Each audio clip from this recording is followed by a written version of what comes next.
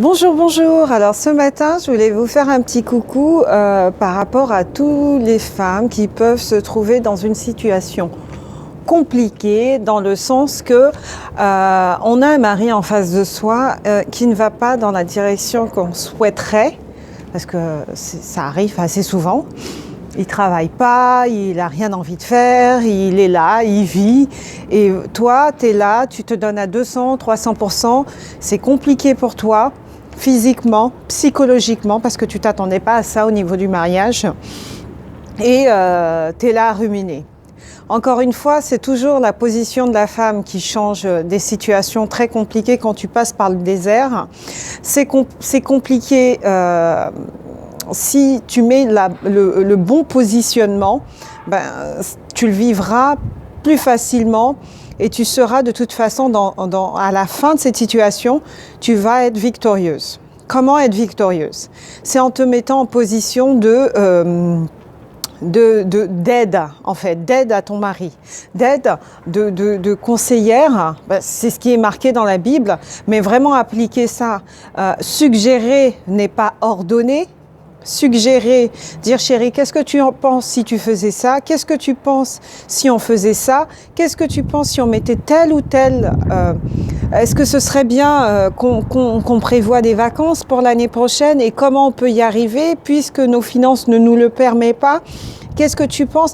Vraiment lui donner cette vision qu'il puisse avoir envie et qu'il puisse savoir que ce sera grâce à lui.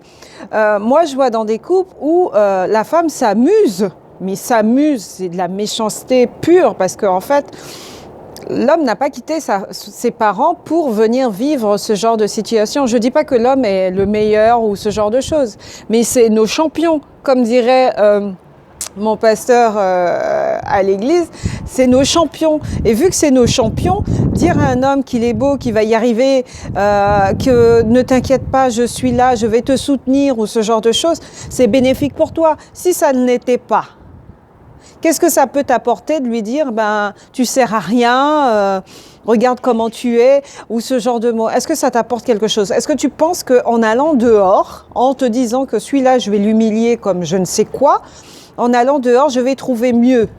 Au lieu que tu as celui qui ne travaille pas ou tu as celui qui travaille et tu t'amuses en fait. Tu t'amuses à humilier l'enfant de Dieu. L'enfant de Dieu, c'est l'enfant de Dieu. Donc, aujourd'hui, tu peux te permettre une situation. Demain, c'est toi qui viendras pleurer en disant « on m'a fait ceci, on m'a fait cela ». Mais c'est toi qui as provoqué cette situation. Tu ne dois pas être dans une situation de mépris vis-à-vis de l'homme parce que tu pensais que dans le mariage, l'homme allait te rendre heureux. C'est Dieu qui rend heureux. Comprenez ça, c'est Dieu qui rend heureux, c'est pas l'homme. L'homme, c'est un travail sur nous-mêmes en tant que femmes. Nous devons apprendre nos enfants aussi que c'est par eux-mêmes qu'ils seront heureux. Mais le mariage, c'est un accomplissement, c'est vraiment quelque chose, on est là pour rendre cet homme heureux.